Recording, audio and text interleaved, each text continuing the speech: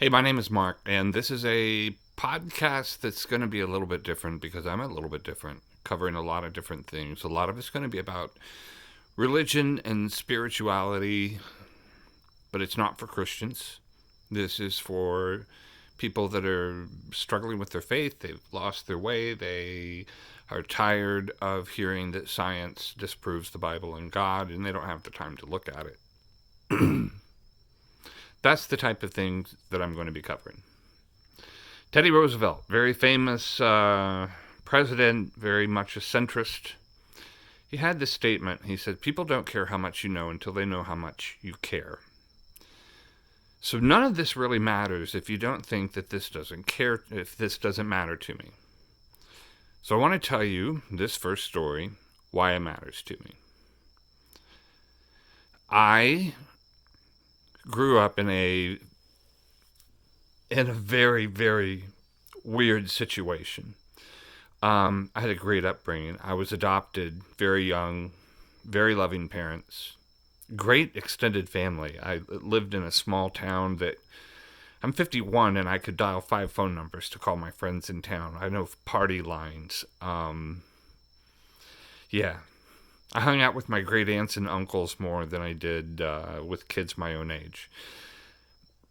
And that's a complicated story for another time, but basically it just is what it is. And I've straddled two worlds my whole life where I'm trying to put two different things together that really don't go together, you think, but then they end up going together.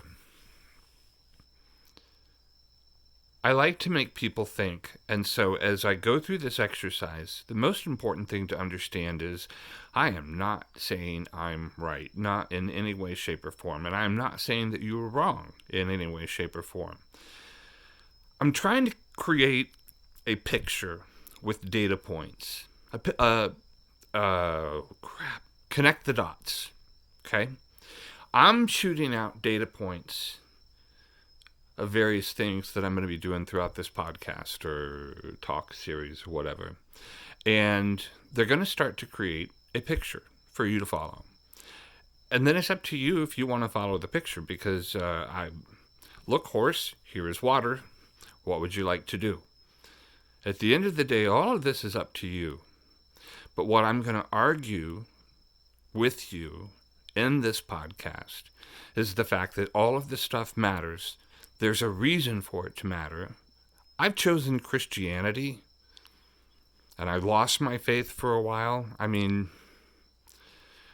I pretty much lost it, to the point that I wouldn't even baptize my own son. And that's a big deal. That'll be another story just about the whole religion thing. But if you're angry at God and if you're angry at church, I'm your guy. Honestly. And I've spent the last several years saying I'm not the guy. I've begged to not be the guy. I don't want to be the guy. I don't deserve to be the guy. My life is a string of crazy decisions that I made because I was so focused on heaven and that the world didn't matter and nothing else mattered and we're strangers in a strange land, all that stuff, that I went and I took risks. Plus, I'm genetically wired for it. There's another science thing, different topic. I'm genetically wired for adrenaline. There's a marker for people that do somewhat crazy things on a regular basis. Apparently there's something to it. I'm always going to be as authentic as possible. I mean, the fact that I wouldn't even baptize my own son is, I love my son more than anything. I call him Son, S-U-N, just because he's the light of my world. He meant everything to me, still does. And when he decided that he wanted to get baptized, I went through quite a intellectual journey on it. And I worried that I didn't want to screw with his soul salvation. If there's such a thing as it, if the Bible has anything that's true in it, there's a possibility I'm just looking at things wrong. So I'm trying to give God the benefit of the doubt that maybe I'm looking at this wrong and everything that he says is the truth. So that's why I wouldn't baptize my son in hypocrisy. My dad did it. And I'm glad that he did it. But that's how far the faith was gone. If Adam and Eve are supposedly real people, like Jesus said, and there's no evidence of Adam and Eve being real people, Jesus talks about Noah as being a real person, but yet, I mean, there's, some flood evidence and such, but the numbers and geographies just don't work. Then there's the whole creationism thing, whether the evolution is true or whether new creation is true. That's a whole thing. There's a lot. And then there's the people that have been mistreated by church. And let's be honest for a second. Jesus, when he came and was talking to people, he was hanging out with the sinners. And he was ticking off the religious leaders. He was ticking off the organized authority that was creating a roadblock between God and man. James chapter 3, verse 1. I had to memorize James when I was second grade. Most of it still sticks with me. So from the King James Version, not many of you should be masters, my brother, knowing that you shall receive the greater condemnation. And what that means is don't be teaching people stuff superficially. Don't teach them wrong. Because if you do, you are responsible for it. Which is another reason I'm not the guy. Because I just don't feel like it, honestly. I don't want to be the guy. But I don't believe in signs or anything, but there's been a lot of weird stuff that's happened in the last month that I'm now afraid to walk past my favorite bush because I'm afraid it's going to burst into flame and God's going to say, hey, idiot. So here's a test. We'll see how it goes. That's why I care. I went through a mental exercise. Last part of the story. On Twitter one time, I see a girl, and she's arguing that Jesus was not a historical person. He was not real. And it was all mythology and everything. So I said, I responded to her, and I said, I tell you what, will you listen to me if I can prove to you that Jesus was a real historical person, nothing else, just he was a real historical person without using the Bible? And she said, sure, go for it, because you're not going to find it. So there's this atheist New Testament scholar that gets around quite a bit, and his name's Bart Ehrman. He's out of North Carolina. And he is very, very, very good in his study. So, he's using sources like Tacitus, which is a Roman historian, Josephus, which was a Jewish Roman historian. So we have all of these written documents. The Bible is the most known documented by archaeology book in the world. Look it up. We know way more about the Bible and that it is a whole bunch more accurate than the Iliad, the Odyssey, any of it. So there's something to be said for that. So this was the mental exercise. I was brought up brought up believing that the Bible is the inspired, inerrant Word of God. That God transcribed it to man to write down, so they're God's words, and that they are infallible. There are no mistakes in them. That's what I was brought up. But then I look at certain things in the Bible, and there are things that don't match up. And so what happens then? So I did this intellectual exercise where I tried to prove a way, not the way, one way, that the Bible could be literally true.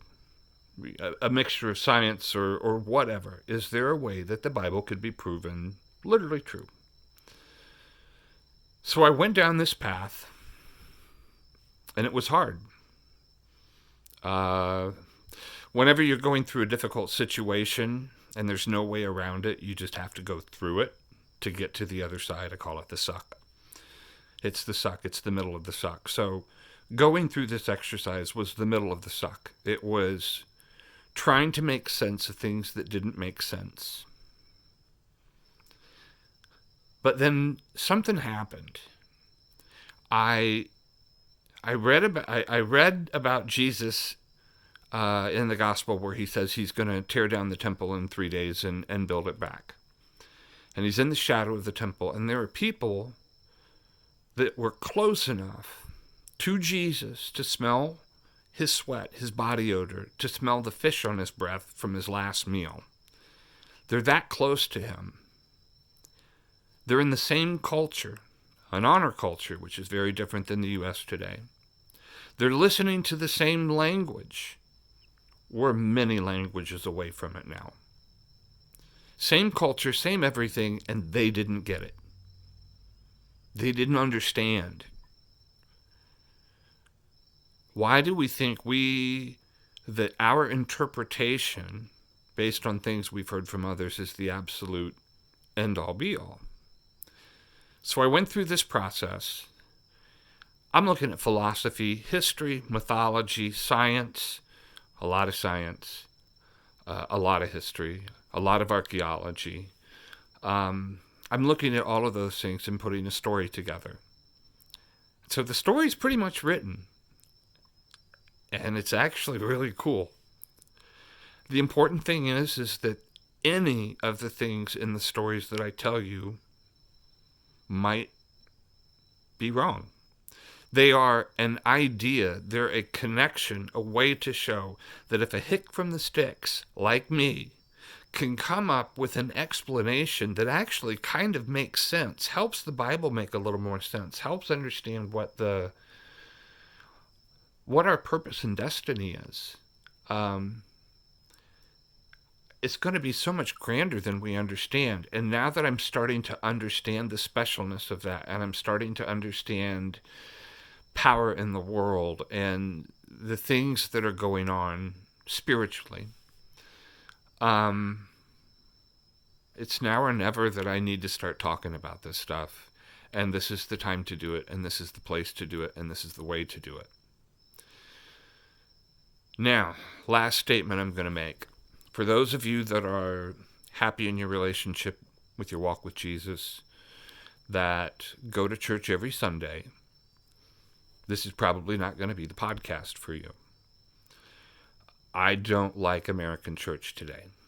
I tried to argue that the American flag shouldn't be on the podium back in the 90s because I had friends that were foreigners, and I didn't want them to come and see an American flag up there and think that there's an American God. There is a God. There is a God for Americans, but he's not an American God. Going to church today, some of the big churches, the things that are, popular right now, they've stopped singing about God and Jesus. They now sing about how I feel about Jesus today. Songs about how Jesus is like their boyfriend or like a great life coach. He's not that. Not at all. He's not going to be happy when he comes back. He's not going to be happy to see what has happened with his church that sees evil everywhere and does nothing about it. Keeps their mouth shut. I have a hard time keeping my mouth shut. So now's the time to start running it about things that are really, really important. The last thing I want to tell you is engage with me. Because together, we're going to come up with something closer to the truth than I can do by myself. I don't know everything. I don't want to be the smartest guy in the room. I'm throwing out a straw man. Hey, let's start with this until something better comes along. Let's see what we can put together. And that's kind of the goal behind this, and this is why I care, because I do care about you. Whether I like you or not, whether I've been mean to you or not in the past, and if I have, I genuinely am sorry, and please contact me about it. But I care about everybody because I don't know. I don't know everything, but I know that I don't know, and I know that there's amazing good and there's amazing bad, and I don't want people to go to the bad. So, my name is Mark Brown. Be good to each other and be a better human than you were yesterday. Thanks for watching.